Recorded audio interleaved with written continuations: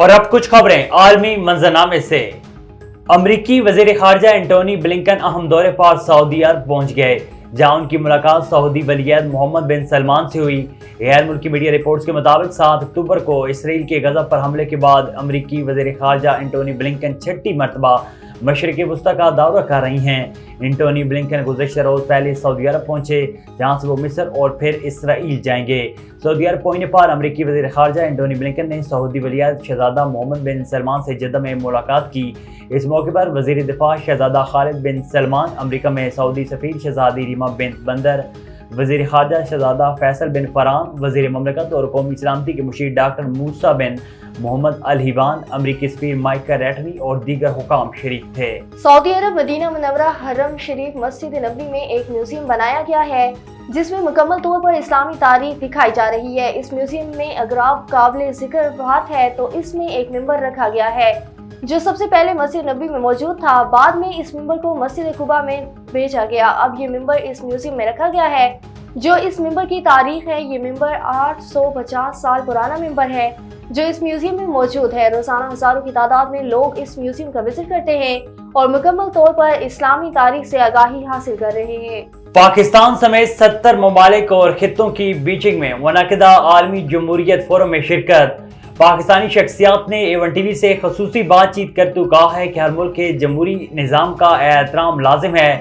चीन का तर्ज जमहूरियत अवाम पर मरकूज है, जिसने चीनी अवाम को वसी समरात पहुँचाए हैं। इस आलमी फोरम की मज़ीद तफसीलात बीजिंग से शाहिद अफराज खान की इस रिपोर्ट में। चीन के दारुल बीजिंग में जमहूरियत से मुतल्लिक तीसरे बैनुल-अक़वामी फोरम का इनेकाद किया गया, जिसमें अंदरून बैरून मुल्क की मुमताज़ शख्सियात जमहूरियत के बारे में अपनी कीमती बसीरत का तबादला करने के लिए जमा हुई। फोरम में पाकिस्तान समेत 70 ममालिक और खित्तों के तकरीबन 300 अहदेदारों और माहिरीन ने जदीद और डिजिटल दौर में जमहूरियत को समझने के तरीकों पर तबादला ख्याल किया।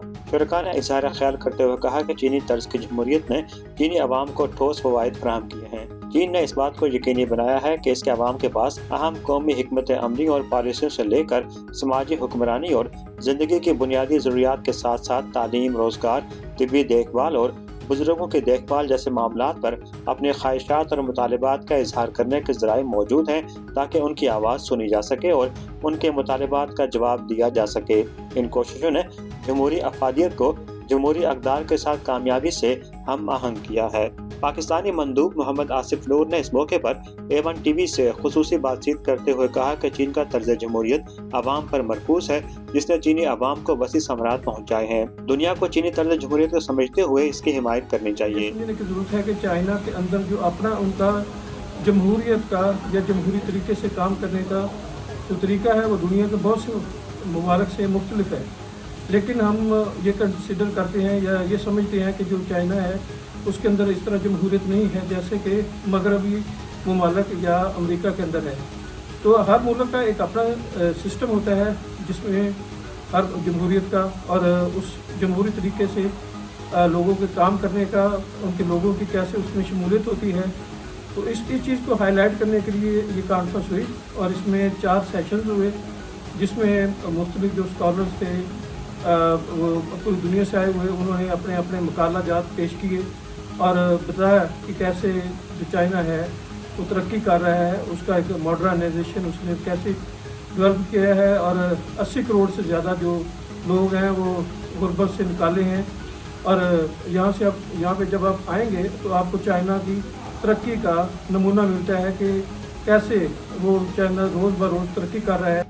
फोरम के शुरका ने इस बात पर जोर दिया कि जमहूरियत को एक इंतखाब तक महदूद नहीं होना चाहिए, जबकि कसीर कुतबी दुनिया में मुश्तरका अक़दार तलाश करने की ज़रूरत है।